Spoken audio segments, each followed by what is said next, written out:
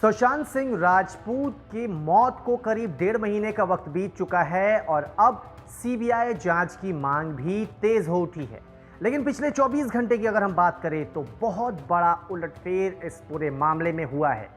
सुशांत के पिता ने आरोप लगाया है कि सुशांत ने खुदकुशी सिर्फ और सिर्फ रिया चक्रवर्ती की वजह से की है। रिया पर बहुत सारे आरोप लगाए गए हैं।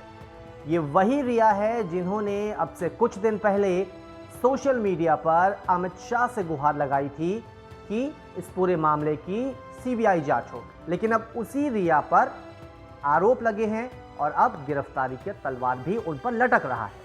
चलिए सबसे पहले हम ये जानते हैं कि आखिरकार सुशांत सिंह की मौत के मामले में कहां पर और क्या-क्या केसेस दर्ज हुए हैं। पहला केस मुंबई में दर्ज हुआ तो दूसरा केस तकरीबन 40 दिन के बाद पटना में दर्ज हुआ है। दोनों अगर केसेस की बात करें तो एक दूसरे से बिल्कुल उलट है। एक में नेपोटिज्म को लेकर जांच की जा रही है, तकरीबन 40 लोगों से पूछताछ भी हुई है। तो जो दूसरा केस दर्ज हुआ है उसमें रिया पर गंभीर आरोप लगे हैं और सवालों के घेरे में पूरी तरह से रिया है। चलिए अब हम पहले ये जानते हैं कि आखिरकार सुशांत सिंह राजपूत की मौत के बाद वो क्या 3 एंगल हैं जो सामने आए।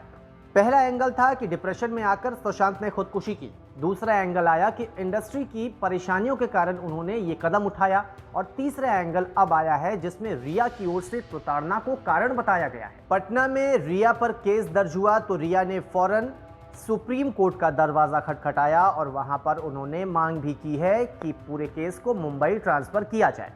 चलिए अब इस पूरे मामले में जब से रिया पर आरोप लगे हैं उसके बाद बहुत सारे सवाल भी खड़े हो रहे हैं। सवाल नंबर 1, सब कुछ जानने के बाद भी 1.5 महीने बाद रिया पर एफआईआर क्यों?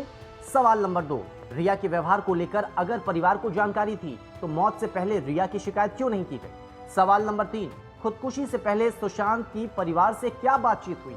सवाल कई सारे हैं और इन सवालों के घेरे में रिया चक्रवर्ती भी हैं और साथ ही साथ सुशांत सिंह राजपूत के परिवार वाले भी, जिन्होंने तकरीबन 40 दिन के बाद जाकर रिया के खिलाफ पटना में एफआईआर दर्ज कराई है।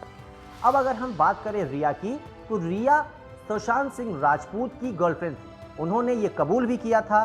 सोशल मीडिया पर, ट्विटर पर उन्होंने जब अमित शाह से मांग की थी कि पूरे मामले की सीबीआई जांच हो तो उन्होंने इसका एक अपनी जो चीजें हैं वो भी बताई थी। उन्होंने साफ शब्दों में लिखा था कि I am Riya, Sushant Singh Rajput girlfriend. तो कुल मिलाकर रिया ने ये खुले तौर पर एक्सेप्ट किया कि हाँ मैं उनकी गर्लफ्रेंड रही थी। कुछ जानकारियां ऐसी भी सामने आई है जिसमें यह भी बताया गया कि रिया सुशांत दोनों शादी के बंधन में बंधना भी चाहते थे। खैर अब जो मामला है 24 घंटे में बिल्कुल उलट गया है।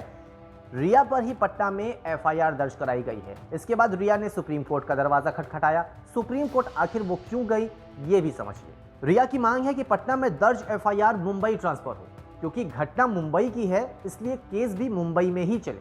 अब अगर केस मुंबई में भी ट्रांसफर होता है तो भी रिया पर सवाल उठने बंद नहीं होंगे। सवाल ये भी उठ रहा है कि आखिरकार रिया का क्या होगा, क्योंकि जिन धाराओं के तहत रिया पर कंप्लेन दी गई है, जो एफआईआर पटना में दर्ज हुई है, उसमें से एक है आईपीसी की धारा 306। धारा 306 की अगर हम बात करें तो ये आत्महत्या के लिए उकसाने का मामला है और ये संगीन आरोप है। इसमें अगर सजा की बात की जाए तो 10 साल तक की सजा हो सकती है। अब ऐसे में रिया की गिरफ्तारी भी हो सकती है और 306 अगर हम धारा की बात करें तो ये गैर जमानती भी होता है। तो जाहिर तौर पर रिया की जो मुश्किलें हैं बहुत ज़्यादा बढ़ने वाली है। अब अगर गिरफ्तारी होती है तो ये गिरफ्तारी पटना पुलिस की ओर से होगी और अगर पटना पुलिस कार्रवाई करती है तो उन्हें पहले मुंबई पुलिस को ये सूचना देनी होगी कि हमें रिया को गिरफ्तार करना है। कुल मिलाकर दोनों जो राज्य की पुलिस है उनका भी आमना सामना होगा। अगर उधर हम बात करें रिया की तो रिया को भी कई तरह के सवालों से गुजरना पड़ सकता है। रिया पर भी जो सवाल उठ रहे हैं उनके भी उन्हें जवाब देने पड़ सकते हैं।